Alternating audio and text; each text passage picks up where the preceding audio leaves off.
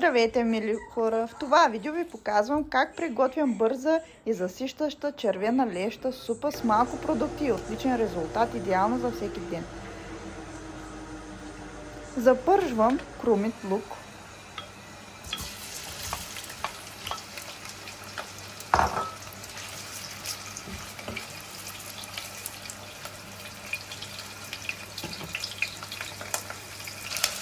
добавям една супена лъжичка брашно с връх.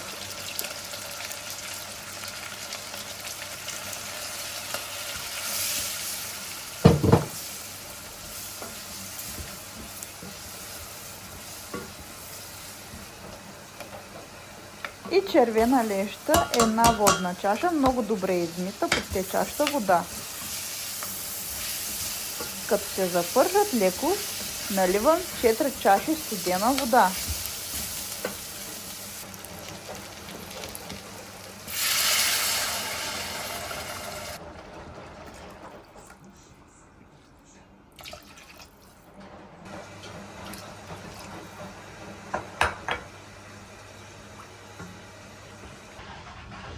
Когато супата заври, добавям 2 скилитки чесън,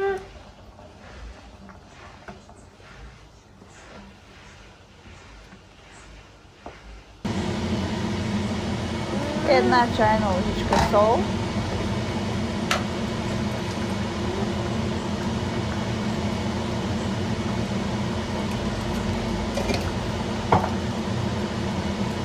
черен пипер и куркума.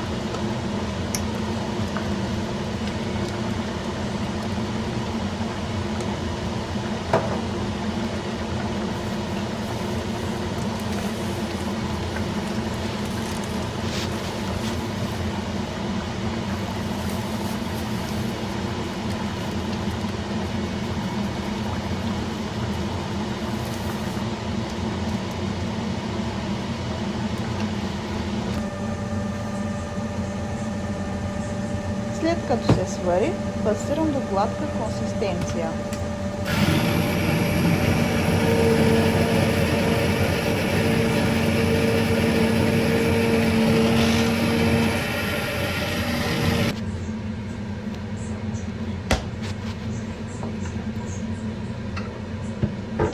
Накрая разкрасявам супата с загрято олио и червен пипер и супата е готова. Ако рецептата ви е харесала, абонирайте се за канала за още лесни вкусни домашни рецепти.